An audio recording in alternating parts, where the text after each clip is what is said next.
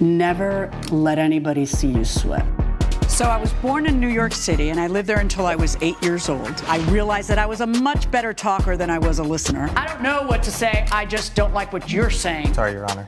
I ended up going to law school at Georgetown, and I was a prosecutor for Janet Reno. I loved it because it was so raw. Were you cheating on her? Yeah, sure. Okay. All rise. Our show will be a mixture of education, I think you're misreading the law a little bit, and entertainment. My main goal is justice and the law. That's been my legacy, and the legacy I hope to continue into the future with this show. Daniel Werthers claims his wedding videographer ruined his big day after a private conversation was heard by the guests. Sarah Vile says it was an accident, but he was the one being shady. Ms. Vile is countersuing for $5,500. Okay, Mr. Werthers, you are suing your former friend, Ms. Vile, for $5,500 that you paid her for a video, and she is counterclaiming you a remaining $5,500 that you were supposed to pay at the end. Tell me how you two know each other. Here is a classic courtroom setup. Childhood friends reconnect under the pretense of business, and it all goes terribly wrong. Daniel and Sarah knew each other since 4th grade, but emotional distance does not mean business compatibility. How many of you would hire a long-lost friend for a once-in-a-lifetime event? Let us know in the comments. Does shared history build trust or blind us to red flags? Each other. We go pretty far back to 4th grade. Well, that is far back. It is. You know, kids. We were neighbors, grew up in the same neighborhood, grew up together, played together as much as we could, I guess, and then as we got older, we kind of grew apart. As you know, as kids get older and it happens, you find different things. I was more outgoing and played football and basketball, and she was more artistic and kind of kept to herself, a little secluded. Okay.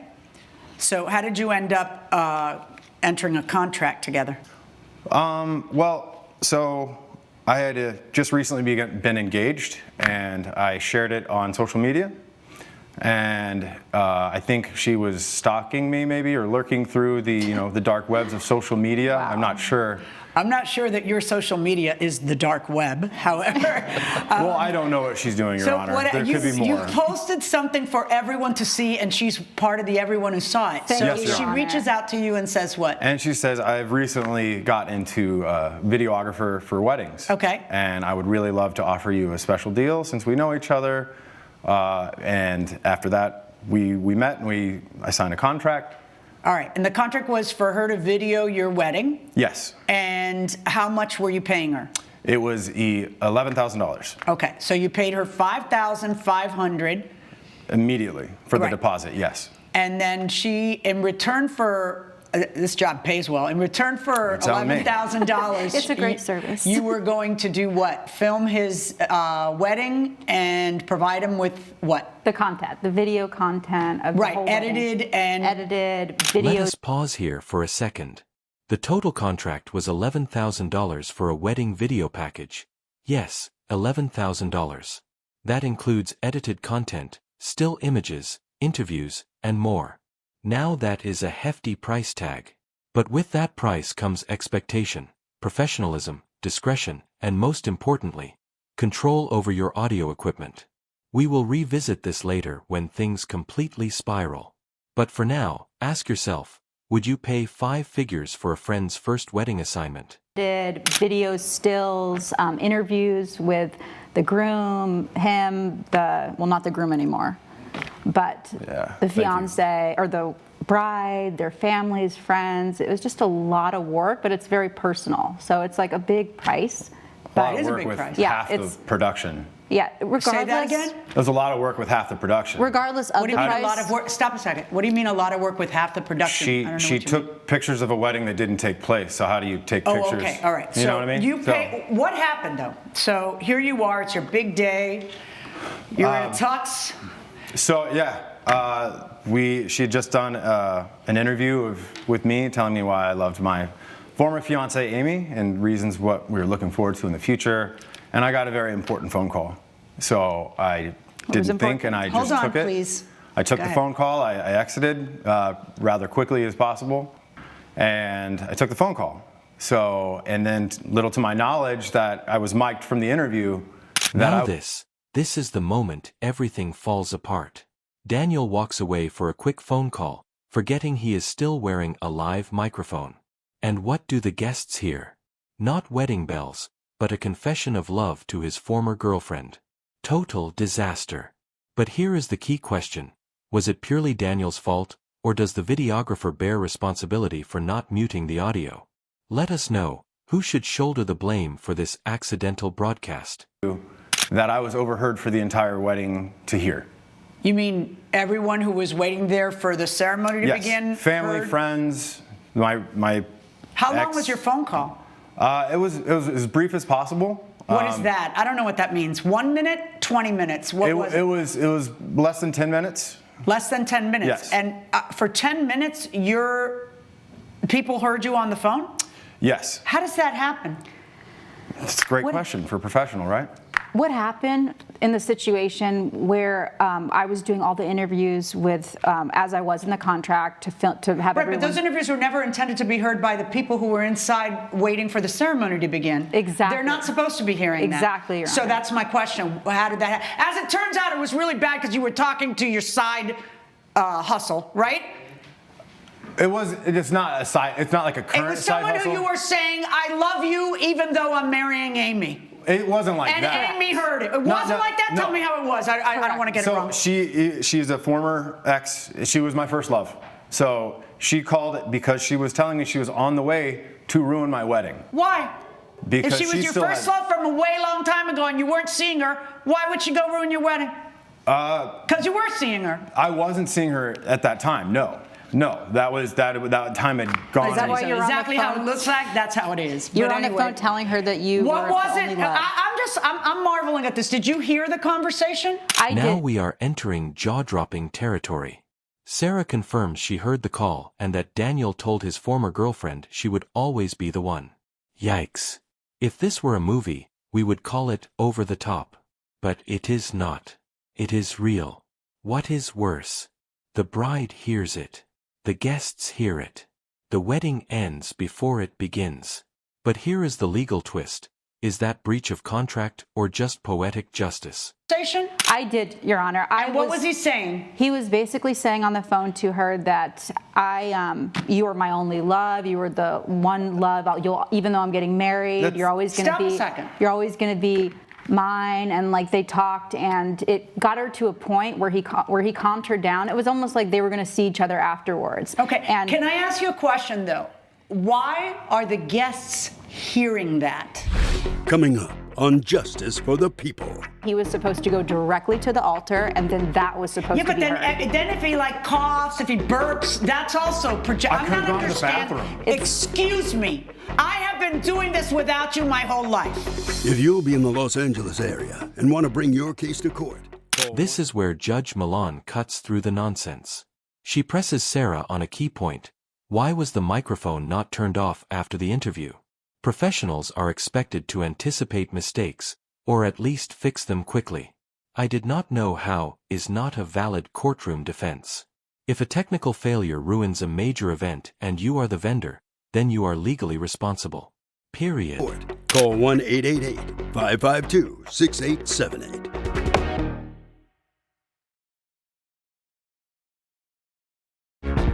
This is Justice for the People with Judge Milian. We're back with the case of Daniel Werthers, who brought videographer Sarah Vile to court for ruining his wedding.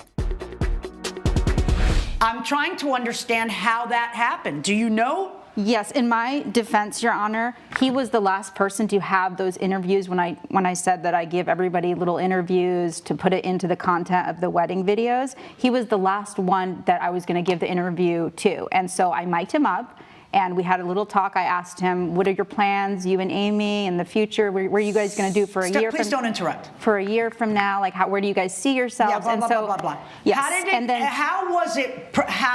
did it get projected to the entire room of invitees? So he was mic'd up, and he was supposed to stay mic'd up, because from that little interview that I had with him, he was supposed to go directly to the altar, and then that was supposed to be heard. Yeah, but then if he coughs, if he burps, that's also projected. I could have gone to the bathroom. Excuse me. I have been doing this without you my whole life. Sorry, Your Honor. Go ahead. I don't understand. How is it that that mic is not turned off and then turned on again at the relevant time? Because, for Your Honor, I'm new to my business as well, and the thing was, he was directly supposed to go from my little interview with him directly to the altar without speaking. Yeah, but it doesn't matter. If the wedding hasn't begun, then whatever he's saying is also going to be projected into that room. And what I don't understand is the minute that you hear that a private conversation is being projected, how do you not turn that off? Not why don't you turn off his mic? Why don't you turn off the speakers that are in there? To be honest with you, Your Honor, you didn't know how to. I needed to contact. You didn't know how to. I needed to contact my team to do that as well, because I have certain departments where they all work and do those things. You did not know how to solve the crisis in that instant. I was shocked just hearing him talk to that girl, because I have virtues and I have. The content of his conversation is a different story. He is mad because his voice was being projected to all that. As it turns out, he was up to no good. So he didn't want that to be projected. I am stuck on why was any voice projected and why couldn't it be stopped? What if he's in the bathroom and making bodily noises? I don't get how it is that you couldn't stop the problem. That's, I guess, what I'm trying to get at. I think it just happened. It's not that I think he deserves cover. Yeah. I think he deserves to be in the front of every newspaper in America. Right. And all over the internet. Oh, excuse me, I'm dating myself. All over the internet. I just mean I don't understand how the technical difficulty could be so massive.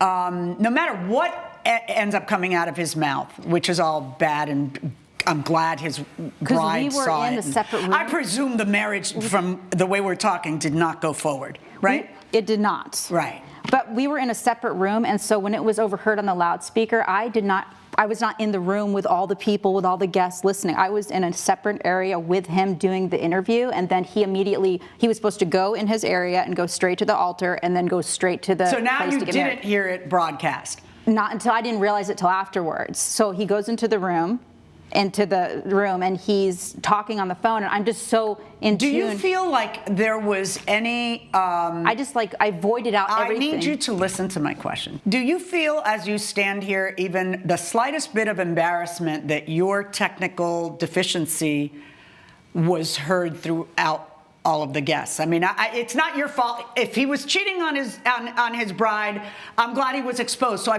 do not want you to misunderstand what I'm saying. What I'm saying is, do you feel like this was your best moment professionally? I wouldn't say maybe the best moment. And yet you're counterclaiming because you want all of your fee, even though you didn't video anything.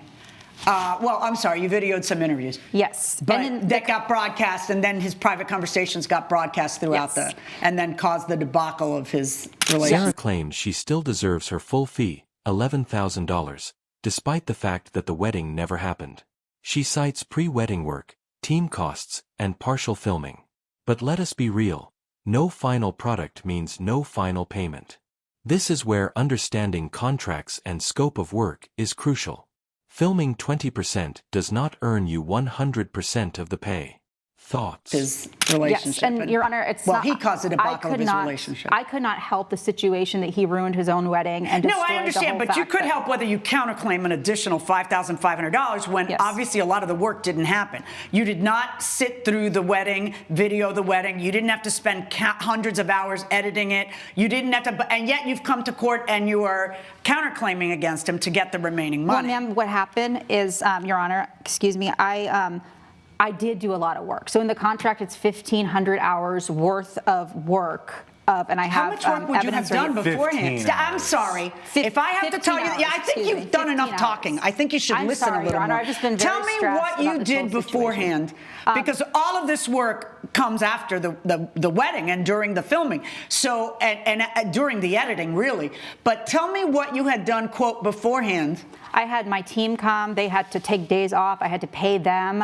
I had to get the equipment going. I spent so much time just setting up the angles, talking to all the guests, doing the private interviews. And as how I work along the way, I kind of edit as I go too. So it's like a lot of time I put in there for my team as well. And after. Do you think anybody's going to hire you hearing that, you know, you made such a fundamental mistake? I just feel that he deterred from the plan of going to get married. Well, and I'm sorry, you're standing there, you're interviewing him. When he The turns judge hits hard here. This is not just about money. It is about professional reputation. If you ruin one of the most sacred moments in a client's life, your business could vanish overnight. That is what is on the line here. Let us know in the comments. Would you ever hire a vendor who accidentally broadcast private audio to your entire family? interviewing him, when he turns around to take a phone call, tell him, you're still mic'd. Coming up, Do you seriously think that if you had been in the bathroom, the wedding wouldn't have gone forward? You know it's the content of your conversation that made the wedding not go forward.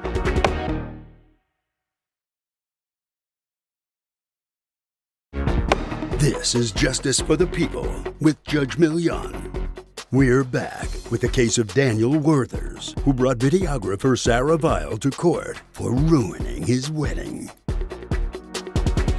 I'm taking some responsibility for the fact that I should have been more in tune to what was going on with the phone call and his mic. No. Or with the, You get me I'm sorry. wrong. I don't care about his. I don't care that he got caught. I'm glad you got caught. I don't care about it. I care that he is saying you breached the contract. You're supposed to be a professional and know what you're doing. Meanwhile, you let him walk off, and whether he's in the bathroom having intestinal infortitude, or whether he's having a conversation with his auntie, or whether he's having a conversation with his mistress, or whether he's having a conversation with his first love, it doesn't matter to me. Your Honor, He is saying this happened, and then I didn't get my money's worth. Now, you're saying, well, I didn't This get... is a powerful moment. Judge Milian is not just challenging Sarah on technical incompetence, she is questioning whether Sarah even feels responsible. Emotional intelligence matters in court. Clients do not just want skilled vendors, they want vendors who care. The fact that Sarah shows little remorse? That is damaging. Not just to the case, but to her credibility. Saying, well, I didn't get my money's worth because the wedding didn't go forward. Do you seriously think that if you had been in the bathroom, the wedding wouldn't have gone forward? You know it's the content of your conversation that made the wedding not go forward. That is correct, but it What doesn't... did your bride-to-be say to you? How did you find out that this had happened? I was returning to the ceremony, and we ran into each other, and she was in tears. How do you run into each other when the ceremony hasn't begun and you're the groom and she's the bride? How did that happen? Because she heard the phone call over the So PA. she just So ran into I the just don't church see with how all the it's guests my there? fault. She left the I don't see how ceremony. that's my What the fault. ceremony wasn't happening. You two are the ceremony. So the ceremony has not begun, folks. So she didn't leave the ceremony. Where did she go? And I'm trying to understand to see how this develops. Coming up, And if you're anyone's first love, there's always still a connection there. Why are you even I'm talking sure. to her on your wedding day? She called me, and as Why I are was you trying answering the phone, running out to answer the phone when you've just been interviewed about your love for Amy?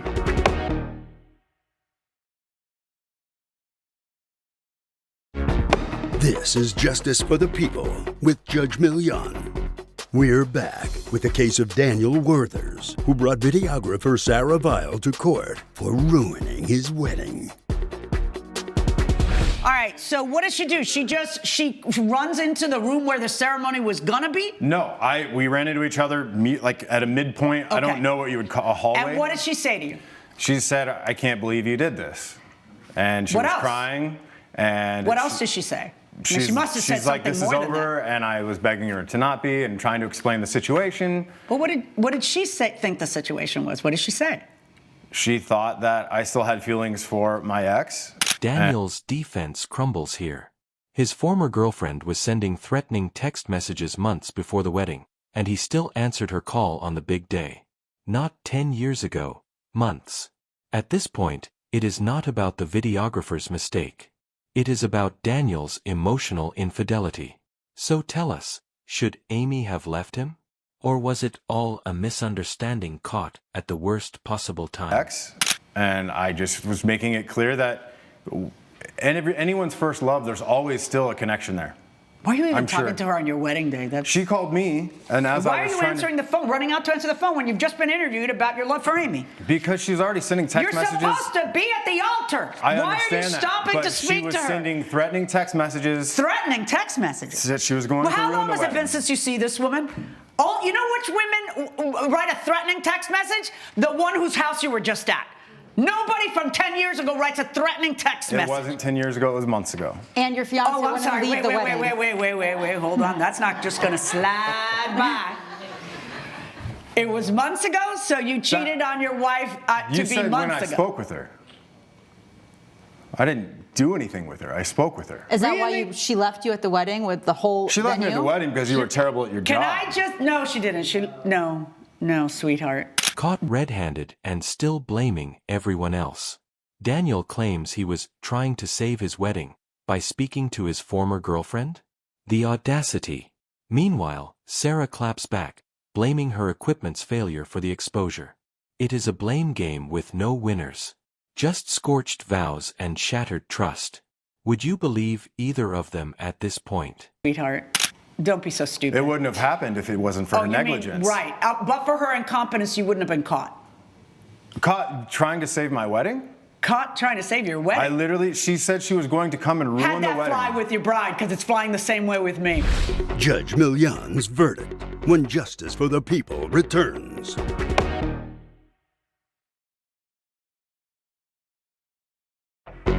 This is Justice for the People with Judge Milian. All right. Your Honor, if I may interrupt, when you do videography and things, there's so much work, and all this videoing and filming and everything takes place like a lot when everybody shows up. The families, that's a lot of You didn't time get the and family, effort. because the wedding didn't start yet. Let me finish. I'm going to figure out what your work was worth that you put in beforehand. You can talk all you want, but my job is to see through this. Your Okay? Honor, I have evidence. Stop. Boom. Verdict delivered. The judge awards Daniel $3,000, not the full amount, but a sizable refund. Sarah's counterclaim? Denied. She did not complete the job, and the judge made that clear. You cannot bill for work you did not do. This ruling sets a strong precedent for professional accountability, and for emotional responsibility, too. I'm ordering you, on his lawsuit against you, I am ordering you to return a portion of the money that you were paid, $3,000. Verdict for the plaintiff. On your lawsuit against him to collect $11,000, no, that's not going to happen.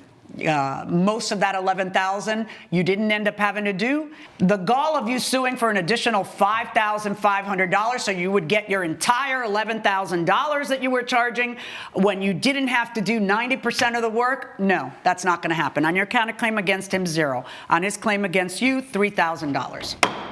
Judge Milian has ruled in favor of the plaintiff. The defendant owes $3,000. So here is the breakdown. A $3,000 refund for Daniel, $0 for Sarah's counterclaim, and a clear message from the judge. If you take on professional work, you need to deliver with precision and integrity. This case was not just about a wedding video gone wrong. It was about betrayal, broken trust, and the cost of negligence.